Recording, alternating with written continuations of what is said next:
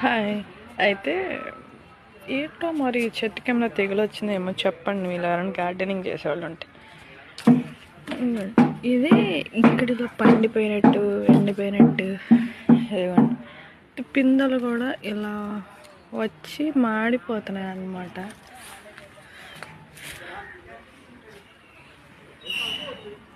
చాలా వేసి మాడిపోయినాయి. అయితే ఇదొకటే ఉందని అనుకున్నా నేను.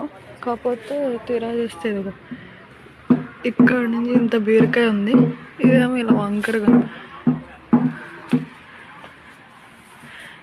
కొన్ని అన్నీ కానీ మాడిపోతున్నాయి. ఇక్కడ కనిపిస్తుంది మనం.